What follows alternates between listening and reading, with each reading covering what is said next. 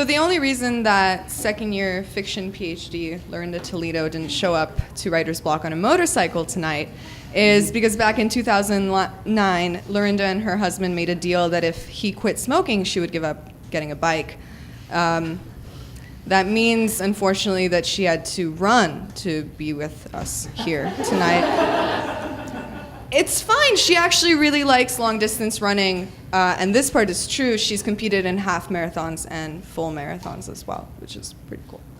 But she's not very fast, and since she's really prone to injury, she had to, she didn't have to, but she did twist her ankle on her way over here.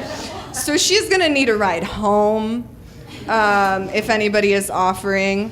But please do watch your arms and legs as Lorinda limps her way up here.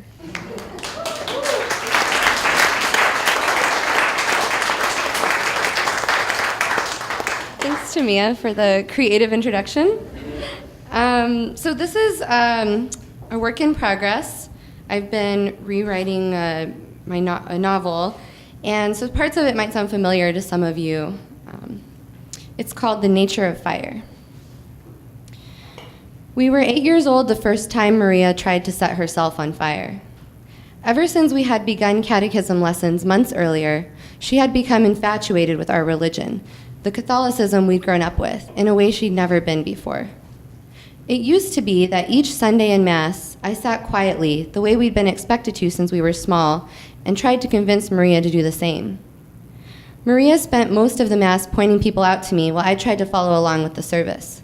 She cupped her hands around her mouth and whispered into my ear, her hot breath tickling me so that I eventually lost control when she landed on something particularly funny, like the man who sat in the second row with his pious wife and 3 badly behaved sons, dozing with his head back, mouth open, snores emanating into the church just loud enough so you could hear him during the homily when Father Roberto paused to take a breath, or when trying for dramatic emphasis. When the couple's sons misbehaved to the point of distraction, his wife took a chunk of skin between her fingers and squeezed. But neither the son's suppressed yelps nor the wife nor Father Roberto's even-tempoed voice ever woke the man. He only ever came to when the exit hymn started up. No matter what song it was, he would open his eyes, stretch his arms, and start singing along as though he'd been following the Mass all along. The best I could do to muffle my laugh was to press my lips to my praying hands, which made Mama glare at us. Her brown eyes lined intricately the way she did them for church and when she went out on dates. She didn't want us to disturb Grandma, but church was the one time Grandma never paid attention to Maria and me. She kneeled the entire Mass, even when the rest of the congregation was sitting, a rosary of turquoise beads woven between her fingers while her lips moved silently. Suddenly, when we started catechism classes, Maria changed.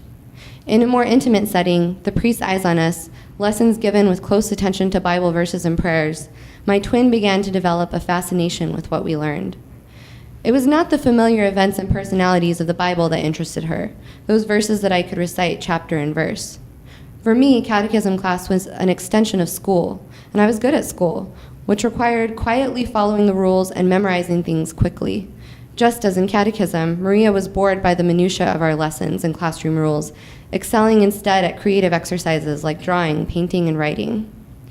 In science class, which was my favorite, she did dismally on tests, but when we had to come up with a project for the science fair, she came up with something brilliant.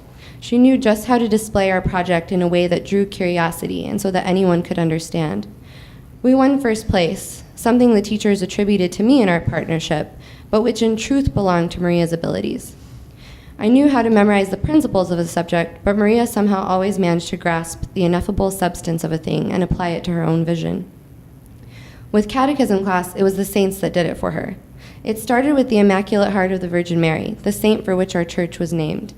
We passed by her image every week in the church courtyard on our way from Mass to the catechism classrooms that also functioned as the private school we overheard Mama telling the priest we couldn't go to when he asked why she didn't support the church by sending us there. The courtyard was made mostly of concrete, edged with prickly pear cacti and yucca and a few elms that provided shade for the statue of the Virgin, who stood near the wall on her pedestal, fair-skinned and blue-eyed, blue robe and white veil. At her breast, a heart of most vibrant red, pierced with a small sword and encircled by white rosebuds emanating gold flames.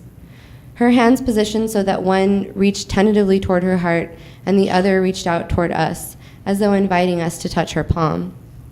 Which we did, almost surprised this beautiful life-size doll did not immediately come to life. "She looks like you, Raina," Maria said one day after catechism, jealousy dripping from the compliment. "My eyes are different," I said quickly.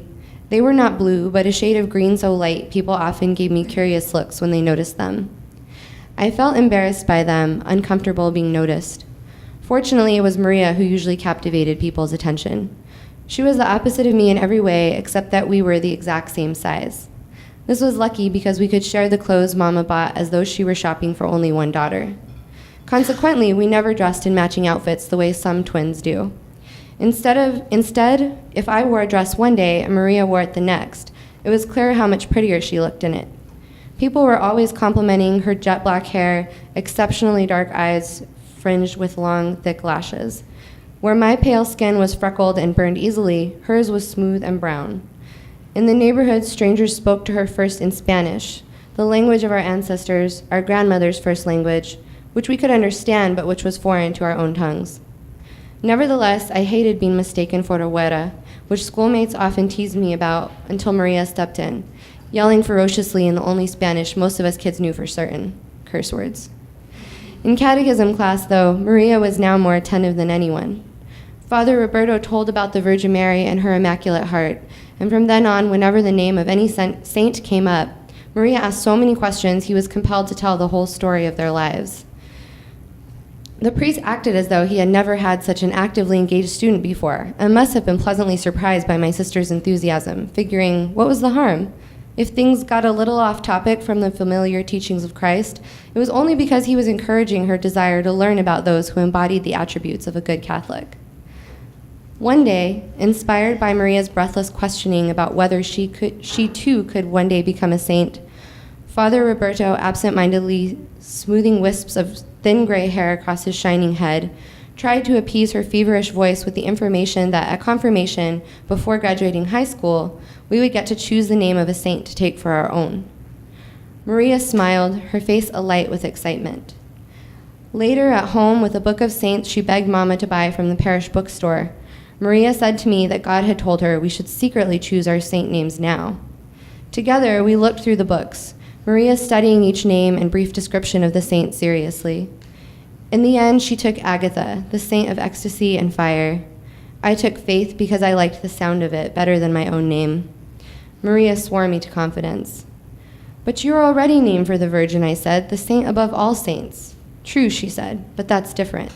Only you and I can know each other's true identities." And so from then on, we did call each other by our saint names in secret. We kept a diary and a red school notebook where we wrote back and forth to each other, signing each entry with our aliases, and hid it under the mattress in our room. We filled it with stories Maria made up, and which I added to with real details from our lives. Most of all, though, we filled it with the things we couldn't say out loud for fear Mama or Grandma might hear us talking. For fear sound might be captured and shared by the plastered adobe walls of the home our grandfather had built with his own hands long before we were born, and therefore seemed already thick with secrets. In this way, Maria shared with me her ever-growing wish to be closer to God, to gain his favor and love. But not only that, she wanted, she said, to experience God's power, to have even a part of it for her own. I questioned how she would do this, but her answer was vague, unsure. She practiced the rosary every day. She prayed every morning and night and before each meal, even when no adult was around to lead us. I knew because I kneeled alongside her and recited the appropriate memorized prayer. And when I finished and opened my eyes, she would still be praying, eyes tightly shut, lips moving rapidly, brow furrowed. Finally, in our diary, she confessed that God had told her it would happen once we made our first communion. And it is true that she did look radiant that day, the day of our first sacrament.